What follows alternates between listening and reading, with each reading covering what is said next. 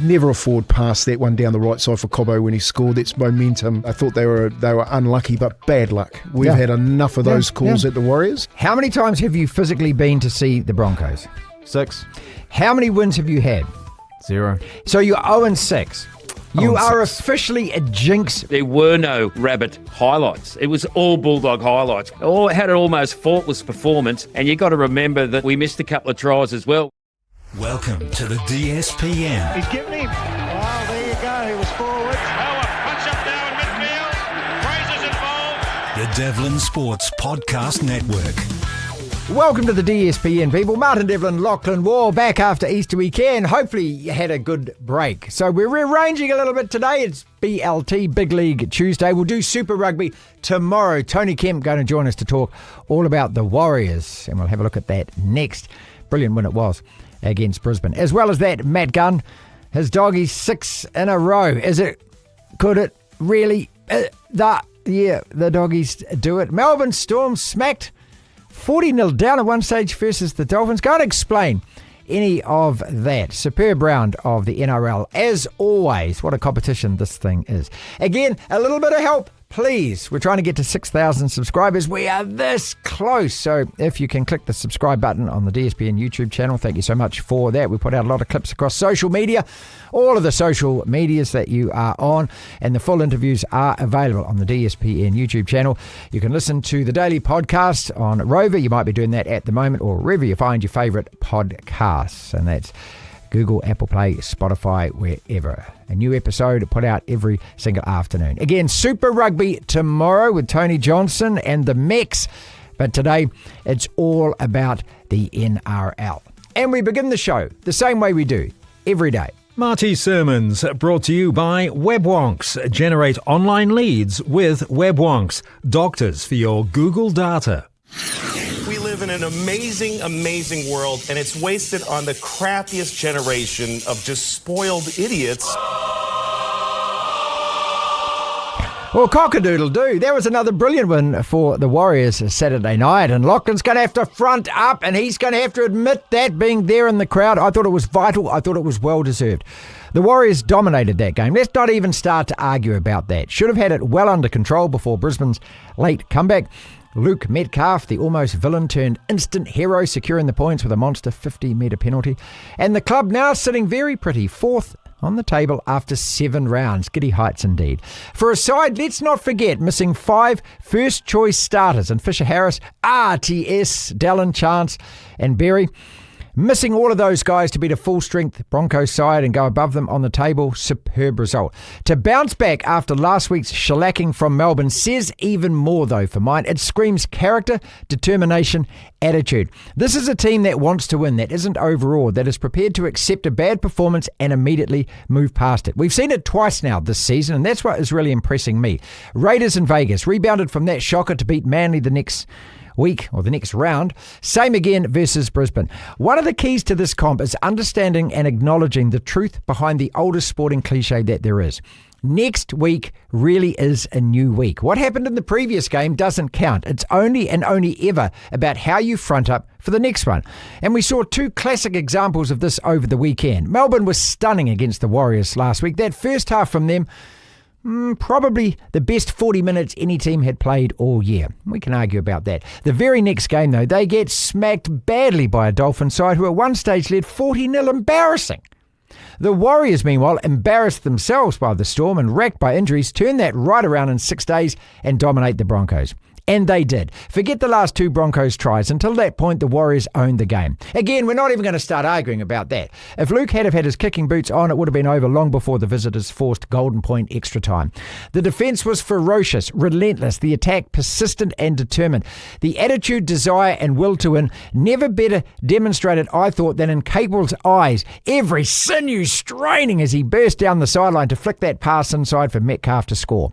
Another tight win, another crucial 2 points, top 4 on the points table. What is not to love, Warriors fans? Enjoy everything about it. But remember, isolate, separate. Next game Friday is another different game entirely. But right now, every reason to celebrate. Devlin. It's Big League Tuesday, Lachlan, which is time to play your favourite game, which is called Glass Half Full. Glass half full. Where I present. And this is going to be eight glasses in front of us because there's 8 playoff spots. And you're going to tell me whether you think teams, scenarios, situations are glass half full, glass half empty. Yes! Let us start with, and I'm not going to harp on about it, but we'll start with your Broncos, who have lost 2 in a row now, are behind the Warriors on the points table. The record is 4-3. So the last 4 games, you've won 2, you've lost 2. But you've lost to the Roosters, you've lost to the Warriors, and you weren't impressive in either game. Glass half full, glass half empty on your Broncos. I was glass half empty a week ago, and I'm more glass half empty now.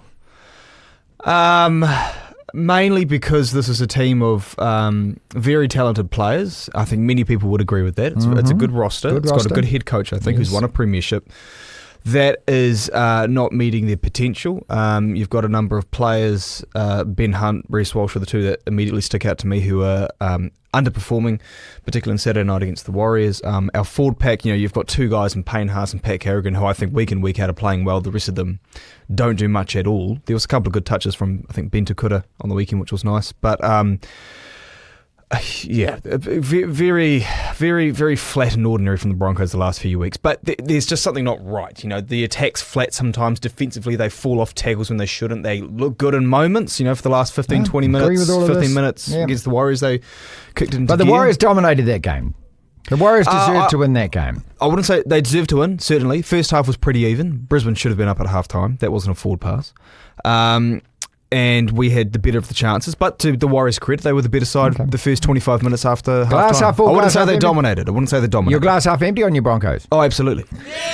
Glass half full, Absolutely. glass half empty on the Warriors then. Glass half full. Look, I think, and I said it to start the show, the key in this competition is how you rebound. Whatever happens last week, how you play this week. And the 2 shockers they've both rebounded the following week, or it was a week in between the Manly game and the Raiders game, but rebounded after a loss with a win. And that's the most important thing. I want to know what the fans did. Did they give it to you in the stand? No, I've got to say, the fans were pretty good. So my dad and I sat in the corner where Reece Walsh got the try towards the end. And that was a try. That was a try. Yeah, of course it was a try. But I was next to a Warriors fan. Dad was next to a different Warriors fan. They were very welcoming and very. Okay. They didn't give it to us at the end. No, it was fine. The fans were great, to be honest. The main reason why I dislike the Warriors is because of what I sort of experienced in 2010 as a young man. Now if it happened to me, I wouldn't care. But the way that the fans sort of treated me in 2010, that's what I. Okay. That's why I don't like the club. You now have to admit, how many times have you physically been to see the Broncos? 6. How many wins have you had? 0. How many points have you got? A draw, anything? Nope. So you're 0-6.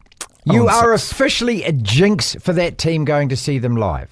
How many times have you watched them play here in Auckland at Mount Smart?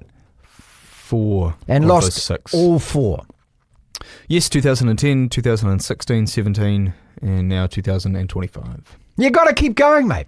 You've got to keep going. You have to keep going. You've got to keep turning up. You're going to Magic Round next. I am in a week and a half. As it stands, I don't have tickets to the Sunday, only the Friday and the Saturday. And thankfully, Brisbane are playing on the Sunday. And they are playing Penrith. Glass half full, glass half empty on Penrith. 5 losses in a row, and they had a win. And it was a big win. It was against the Roosters side that everyone seems to give Convincing win. A good belt to, apart from your lot.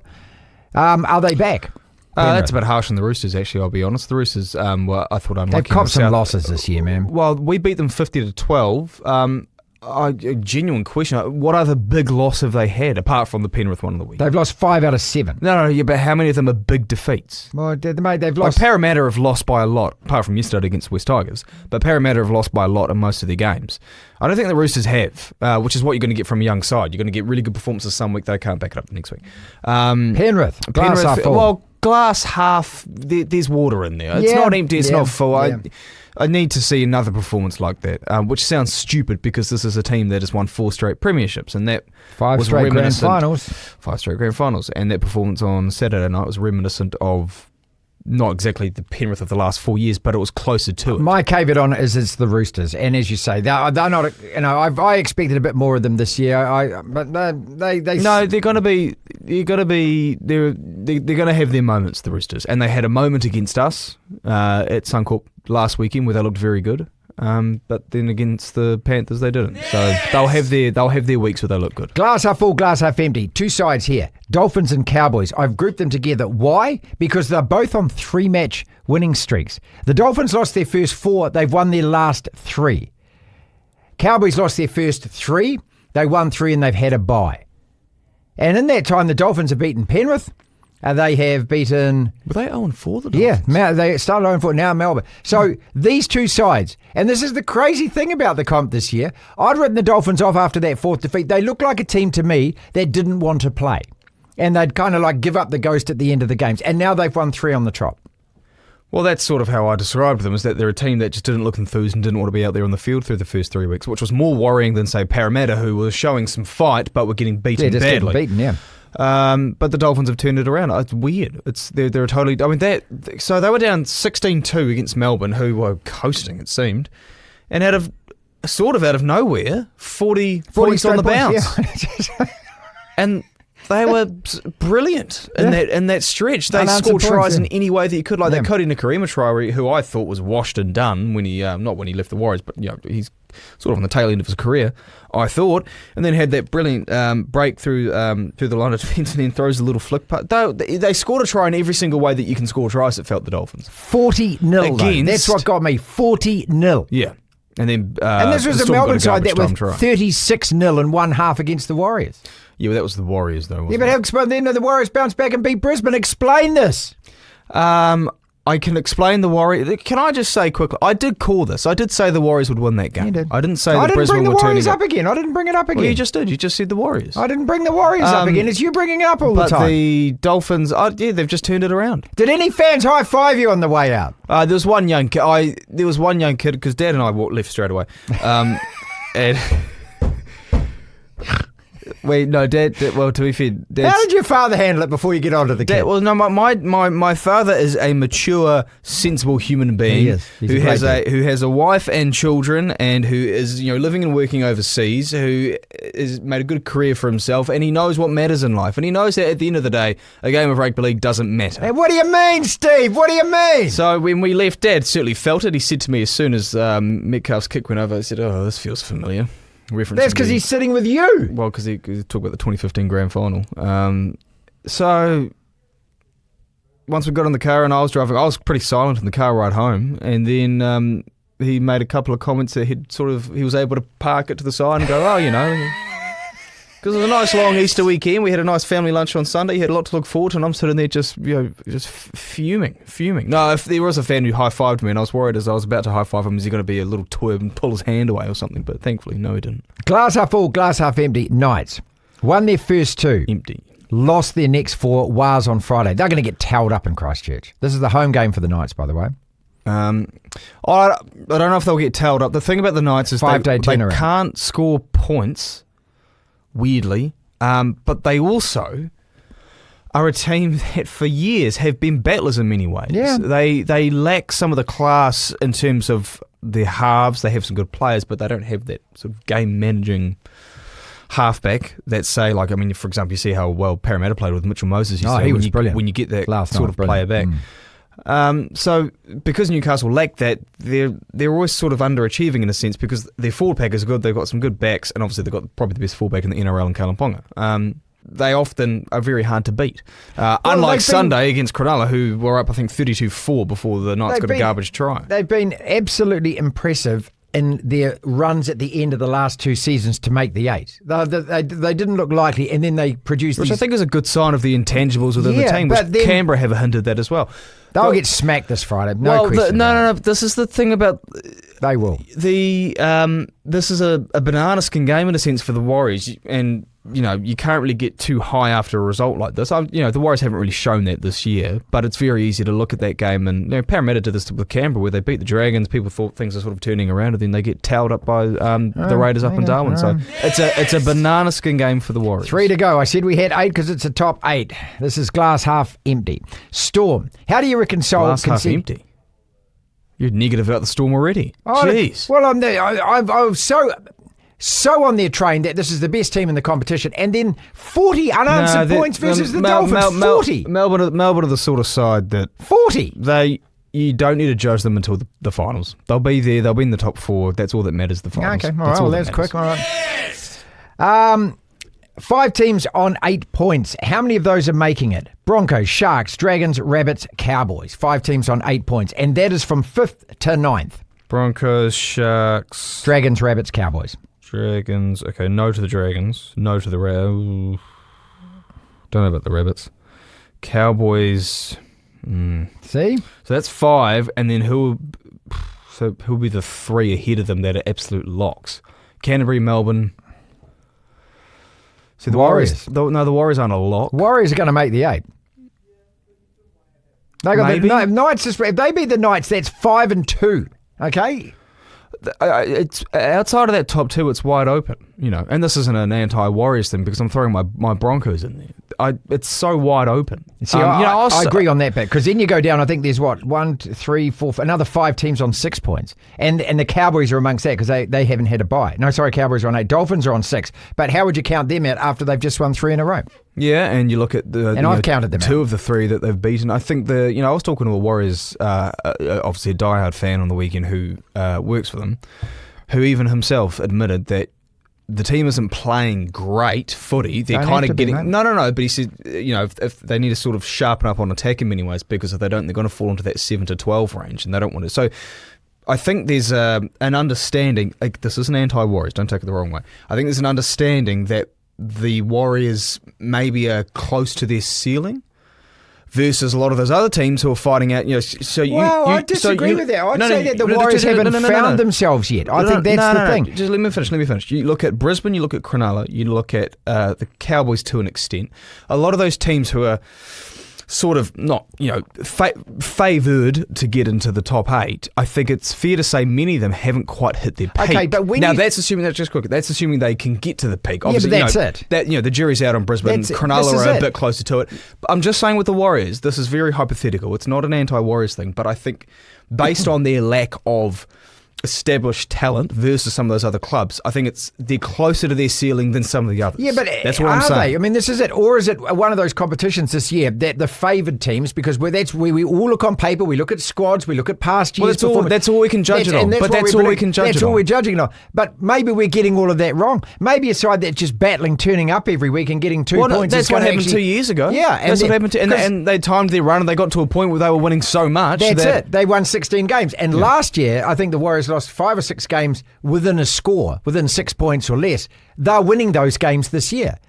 So if this continues like that, they might have another year where they do win 15 or 16 games. No, agreed. And a side that you think is going to do really well, like the Broncos, are almost beating themselves. No, they are. I agree with that. My point is that in saying all of that, it's fair to say, I think, that there's teams, and it's early in the season, so you can sort of still talk this. Now, if this was round 18 or 19, well, there's no point, because you're waiting for a team. Say it. Say what? Say the Warriors are top 4. No. They are. They're on the points table. They're in the top 4 right now. They're not a lock for the top 4. No. Say the Warriors are going to beat the Broncos on the points table. So the Warriors are 4-2 right now. Brisbane are 4-3. They still have to play each other at Suncorp in a few weeks. I don't know. Brisbane have the Dogs on Thursday at home. Warriors have got the Knights. Warriors have the Knights. Last one. Can we cut loose already? Titans, Knights, Eels and Roosters. And I say that the Eels are still last after beating the Tigers last night. And there was a time there where it was 26-22 where there's a couple of dodgy calls, I thought, Wednesday get win against the Tigers. And I thought that they had... Yeah, but Parramatta with a better side. Better side? I mean, you could say the same about Saturday night. Brisbane, there were some calls that went... I don't want to hear any... Just quickly. Here we go. No, I'm not going to blame the refs, but I don't want to hear any Warriors fan complain about refs favouring other teams again, because there were some calls that went your way, Warriors. And the bounce of the ball went their way as well on a couple of occasions. But no. Are you bitter? No, I can't be bitter. I'm just used to it now. I knew would lose anyway. Why am I bloody talking about? Just stop bringing it up. The Eels were the better side. Yeah, they were. Okay, can we cut loose? Side. Titans, Knights, Eels, and Roosters. They're all 2-4, 2-5. Yes to Titans. Yes to Eels. Yes to Eels. Roosters, no. Because on their day, I think they can. I don't know if they beat Melbourne on their day, but they're a good side. And the other one was Titans, Knights, Eels, Roosters. Titans, Knights. No, not the Knights. No. Penrith, the Roosters, and Parramatta all have the same record. They're all 2-5. So you probably can't really cut loose the Eels and not cut loose the others, or vice versa. So, yeah. Warriors are making the 8. At the moment, yeah, you'd have to put money on it. They're not a lock. There's only 2 teams that are locks for the top 8, and even then, like no, it's silly for me to say the Dogs won't. But if the Dogs can beat Brisbane on Thursday, then they and Melbourne are the 2 favourites for the title. 0-6. This is the DSPN